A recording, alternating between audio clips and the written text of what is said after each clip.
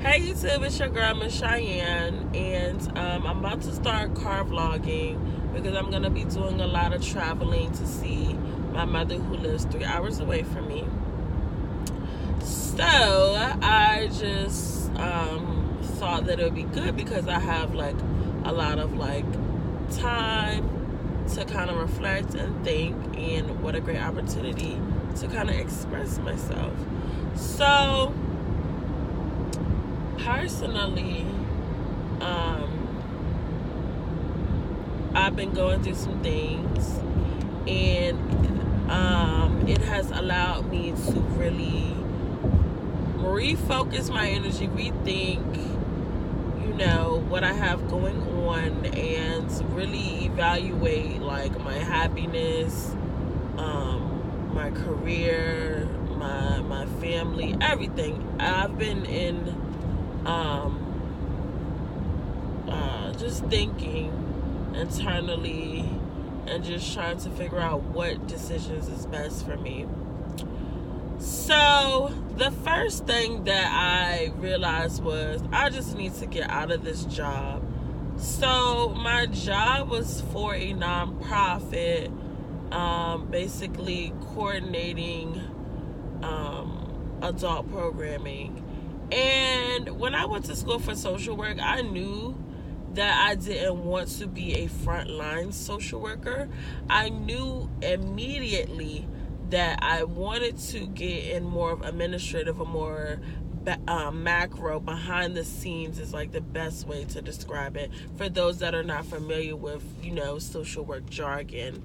So I knew quickly that that's something that I was like, I don't like providing direct services, because it can be frustrating. You can get burnt out, and it's not rewarding to me, because a lot of times with the clients that you work with is so many barriers for them to become self-sufficient. One of the biggest things at my job that I just left was the language barrier.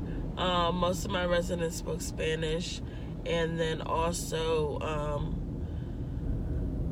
immigration status, not wanting to like write down information, just not knowing like if they receive services, what does that translate to. So and it was just mismanagement of funds, because I felt like there could have been money spent on different things and what have you. But I just really think that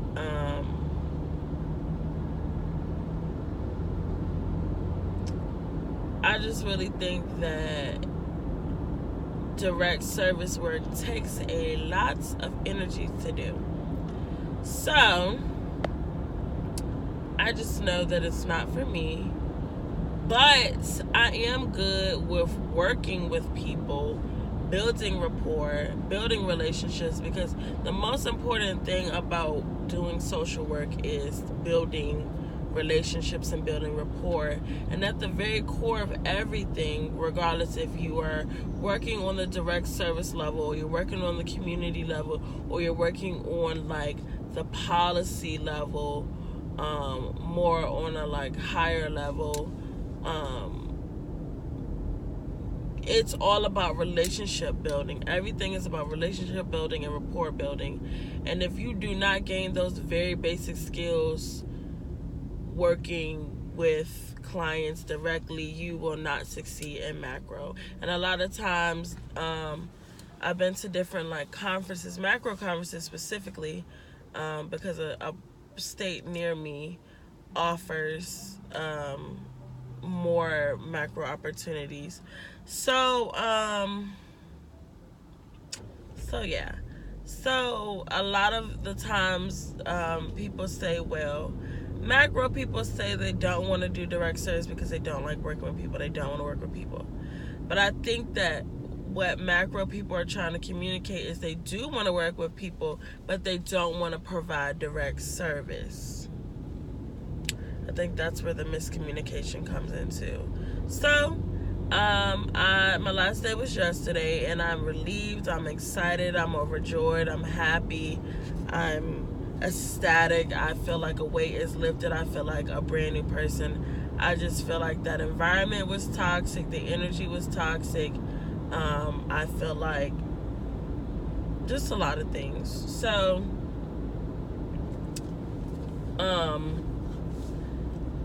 I'm just moving forward with what I want to do. So right now, I'm moving into a space of wanting to become an entrepreneur. I have always wanted to become an entrepreneur. When I was maybe 7 or 8 years old, I was like, oh, I'm gonna start my own business. And like, I had these random things in my house, and like, I resold them. And my grandmother was my I don't know if like my other family members bought anything. I think it was probably just my grandma and my mother, but my grandma was the first one to invest in me, and I still have those first dollars saved in a photo album at my house. So at a very young age, I knew that I wanted to be an entrepreneur. I just did not know exactly how long that how that translated into my adult life and whatever. So right now, I have several things that I want to do, but my main focus is more of like self-empowerment work. And I noticed that a lot of people that I'm surrounded by come to me for advice, and that's typically why people are drawn to like psychology and social work, is because you're that core person that your family and friends rely on for strength and for resources and for information and for guidance and for wisdom. And because you're that person, social work drew you in, I've always felt like I did not choose social work chose me. And that's just how I feel about it. So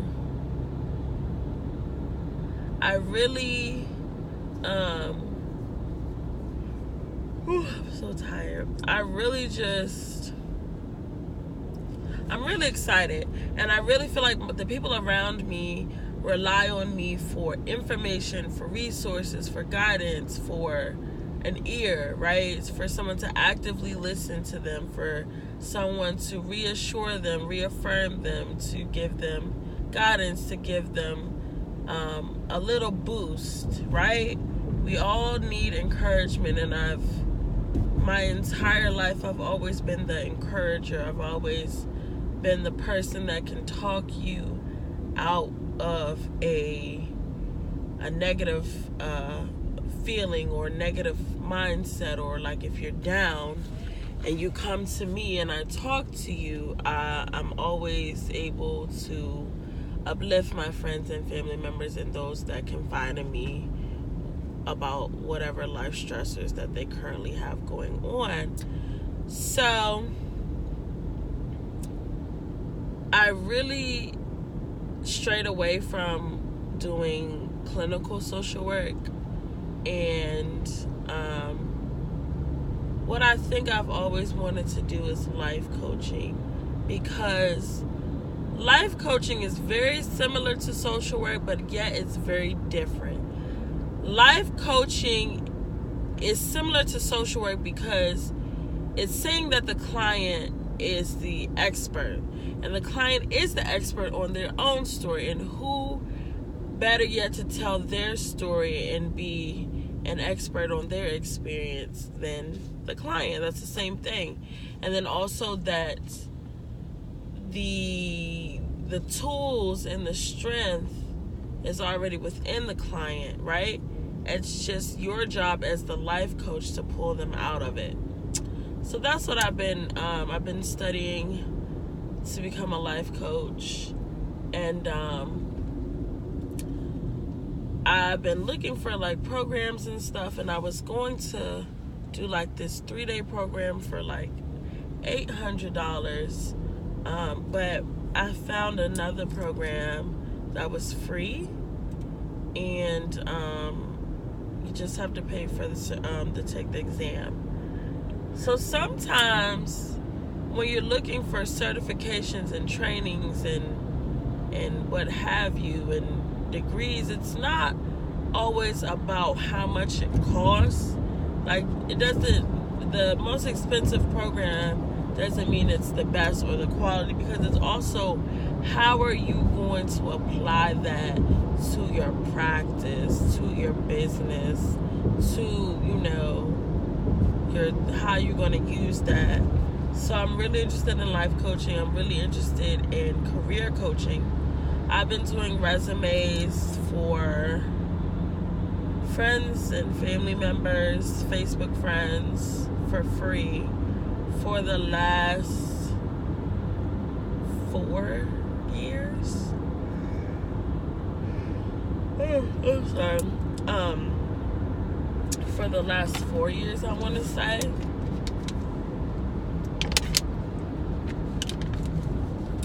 And I've enjoyed it, and I love it, because it's a form of self-empowering to have like a good resume.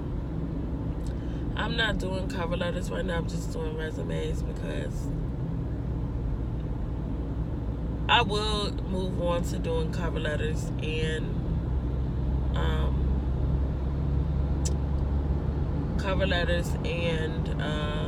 interviewing coaching. I've been on so many interviews. When I got my MSW, I learned a lot, because it's not so much about your degree, it's about your actual experience. So, just to drop a jewel, if you are in school and you are interning, take advantage of that internship. There's connections there. It's an opportunity for you to really demonstrate that you are a competent worker and demonstrate that you are very great at what you do, you know? So definitely take advantage of it, and it's an opportunity to try out different things. You know, you might think that you want to be a elementary school teacher, and you do an internship and you don't like it, or you think that you might want to be you might think that you want to work in a specific setting, I should say that. You think you might want to work at a shelter, and then you do it and you hate it. That's pretty much what happened to me.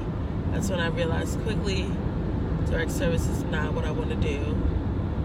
But I enjoyed meeting all the people that I've met, and knowing that I have touched many lives in my short career. I mean, I haven't retired from social work, but you know, I'm kind of done with direct service though. In my span of doing this work for 5 years, including internships, I've really touched a lot of people, and I think that it's important to know that even if, you know, it's not necessarily something you want to do, you can always learn and grow from any opportunity that you're given. You can always learn and grow and mature. And even if you come into an environment where management is not the best, you can learn on what you're not going to do when you have the opportunity to get into management. So I would definitely say that.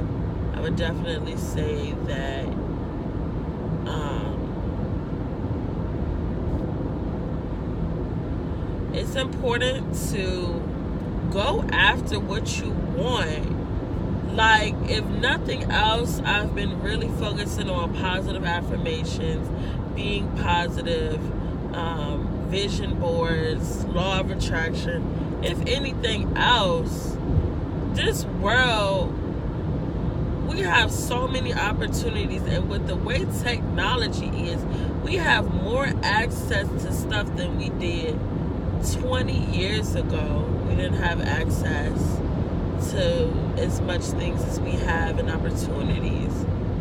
Put yourself out there, you know, just definitely go for the plunge and take that take that leap of faith that you need, you know, and really go out there and make a name for yourself.